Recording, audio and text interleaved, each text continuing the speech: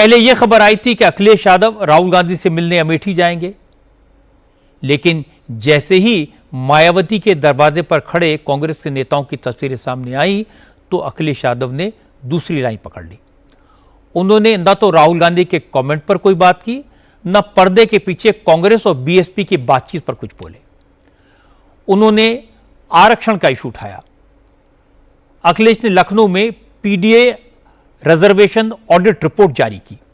आरोप लगाया कि बीजेपी दलित पिछड़ों के रिजर्वेशन की वो चोरी कर रही है और चुपके चुपके खत्म कर रही है। लेटरल एंट्री और पिछले दरवाजे से भर्तियां करके दलितों और पिछड़ों का हक मार रही है।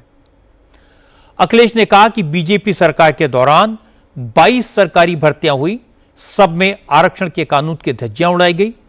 अखिलेश ने यह भी दावा किया कि अगर यूपी में उनकी सरकार बनी तो वो 90 दिन में जातीय जनगणना कराएंगे और पिछली भर्ती में हुई गड़बड़ी भी ठीक की जाएगी।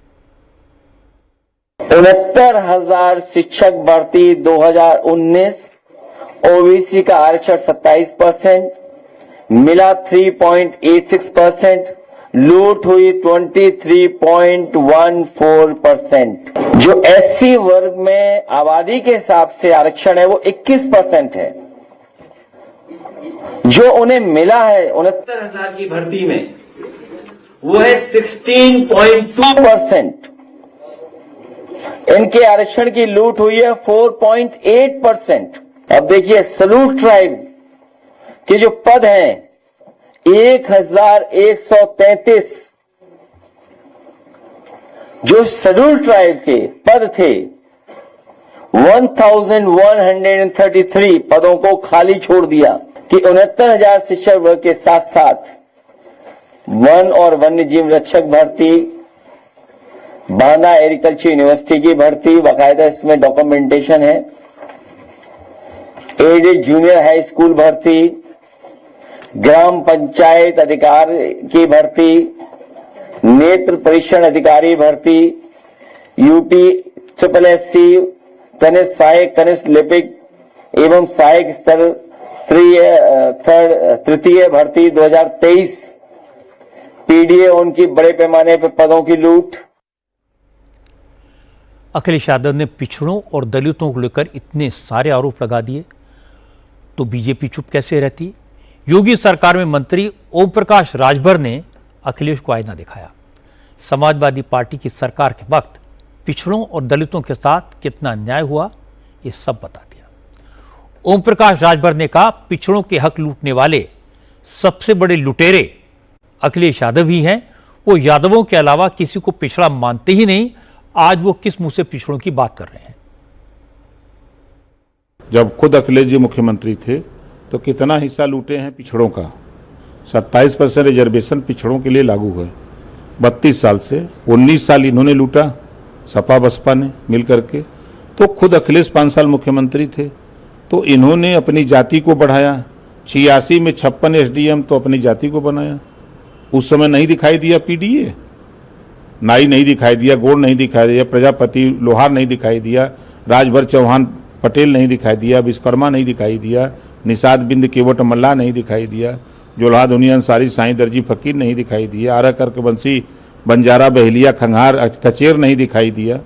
तो ये जो कर रहे हैं पहले अपना उजागर तो करें कि हमने 5 साल में क्या किया। मुख्यमंत्री थे, एज ए मुख्यमंत्री मुजफ्फरनगर जल रहा था और सैफई में बैठ के नाच देख रहे थे, इसको भी बताना चाहिए प्रेस में। चूंकि मामला दलितों के आरक्षण का था इसलिए मायावती की पार्टी के नेता भी मैदान में कूदे। यूपी में बीएसपी के अध्यक्ष विश्वनाथ पाल ने कहा कि दलित समाजवादी पार्टी की असलियत जानते हैं, इसलिए अखिलेश यादव दलितों को बहकाने की कितनी भी कोशिश कर लें उन पर कोई भरोसा नहीं करेगा। यही माननीय अखिलेश यादव जी थे जिन्होंने अपनी सरकार में SC ST OBC की बैकलॉग भर्ती हो रही थी, जिसको इन्होंने रोक लगा करके SC ST OBC का बड़ा नुकसान किया। जो पूरे देश में बैकलॉग की बहुत जगह खाली है, लेकिन किसी भी राजनीतिक दल के लोगों ने बैकलॉग भरने का काम नहीं किया। बहुजन समाज पार्टी की राष्ट्रीय अध्यक्ष हमारी नेता मान्या बहन जी अपनी गवर्नमेंट में भर्ती कर रही थी, लेकिन जैसे 12 में माननीय अखिलेश यादव जी आए तैसे उन्होंने उस भर्ती को रोक लगा दिया। तो एससी एसटी ओबीसी की तैसी कैसे हो सकते हैं? एससी समाज को बहन जी ने ठेकेदारी में आरक्षण दिया था, उस आरक्षण को भी छीनने का काम माननीय अखिलेश यादव ने किया। तो एससी समाज की हितैषी कैसे हो सकते हैं?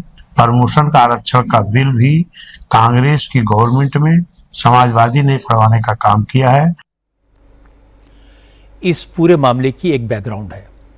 आपको याद होगा कि लोकसभा चुनाव में अखिलेश यादव के समर्थकों ने ये हवा उड़ा दी थी कि बीजेपी 400 सीटें लाना चाहती है क्योंकि उसका इरादा आरक्षण खत्म करने का है। बीजेपी इस प्रचार को ठीक से काउंटर नहीं कर पाई और लोकसभा चुनाव में यूपी में उसे इसका अच्छा खासा नुकसान हुआ। बाद में बीजेपी संभली। मोदी ने कहा कि भगवान भी उतर आए तो आरक्षण खत्म नहीं होगा। अब विधानसभा चुनाव आने वाले हैं, इसलिए अखिलेश यादव ने फिर से आरक्षण की बात की है। यह कहना शुरू किया कि बीजेपी रिजर्वेशन को खत्म करना चाहती है। सवाल दलित और पिछड़ों के वोटों का है, इसलिए बीजेपी ने भी काउंटर करने में देर नहीं लगाई। कहावत है ना कि दूध का जला छाछ को भी फूंक फूंक कर पीता है।